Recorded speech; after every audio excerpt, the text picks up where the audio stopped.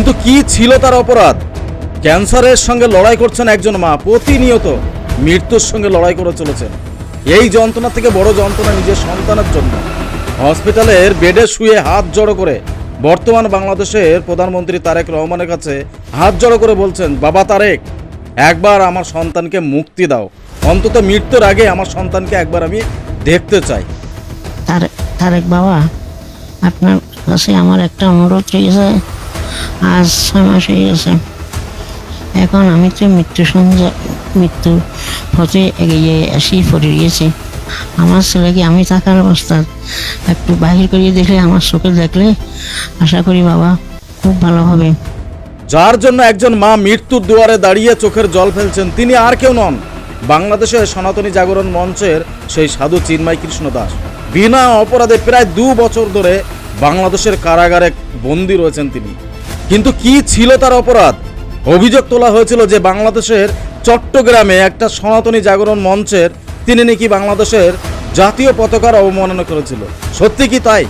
চট্টগ্রামে সেই হিন্দু সনাতনী জাগরণ মঞ্চের সমাবেশে, সেই মঞ্চে চিন্ময় কৃষ্ণ দাস এমন কোনো ঘটনা ঘটাননি, বরঞ্চ সেই মঞ্চের আশেপাশে কোনো এক ব্যক্তি বাংলাদেশের জাতীয় পতাকার উপরে গেরুয়া পতাকা ওড়ান, যার সঙ্গে চিন্ময় কৃষ্ণ দাসের কোনো সম্পর্ক নেই। অথচ সেই অপরাধেই আজ দীর্ঘদিন ধরে তাকে বন্দি করে রাখা হয়েছে বাংলাদেশ কারাগারে। যখন বাংলাদেশের বুকে কোনো কট্টরপন্থী কিছু মানসিকতার মানুষ যারা বাংলাদেশের পতাকার সঙ্গে কালামার পতাকা, অন্য পতাকা এক ঝান্ডাতে লাগিয়ে ওড়ায়, তখন বাংলাদেশের পতাকার মান সম্মান বুঝিয়ে থাকে নাকি হিন্দু সম্প্রদায় কোনো সনাতনী জাগরণ মঞ্চের যে ঘটনার সঙ্গে সাধুরা কোনো সম্পর্কই নেই, কিন্তু সেই ঘটনার দায়ভার চাপানো হচ্ছে শুধুমাত্র সাধু বলেই। সঠিক বিচার নাকি সংখ্যালঘু সনাতনী হিন্দু সম্প্রদায়ের জাগানোর কাজ করছিলেন এই চিন্ময় কৃষ্ণ দাস, তার জন্যই তার উপরে চাপিয়ে দেওয়া একটা অন্যায়।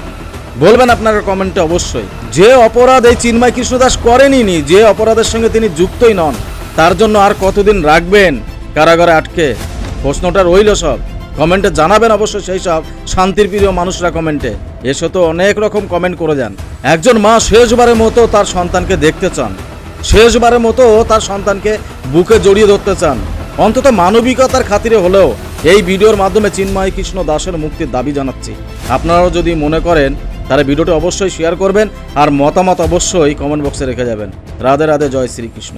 চিন্তা ভাবনা করি আমার ছেলেকে আমি থাকার অবস্থা একটু বাহির করিয়ে দেখলে, আমার চোখে দেখলে আশা করি বাবা খুব ভালো হবে। কিন্তু আমি যে অবস্থায় আছি, আশা করতে পারছি না যে আমি 1 দিন বা 2 দিন বা 10 দিন বাঁচব। তারেক বাবা, আপনার কাছে আমার একটা অনুরোধ রয়েছে। আজ 6 মাস হয়ে গেছে,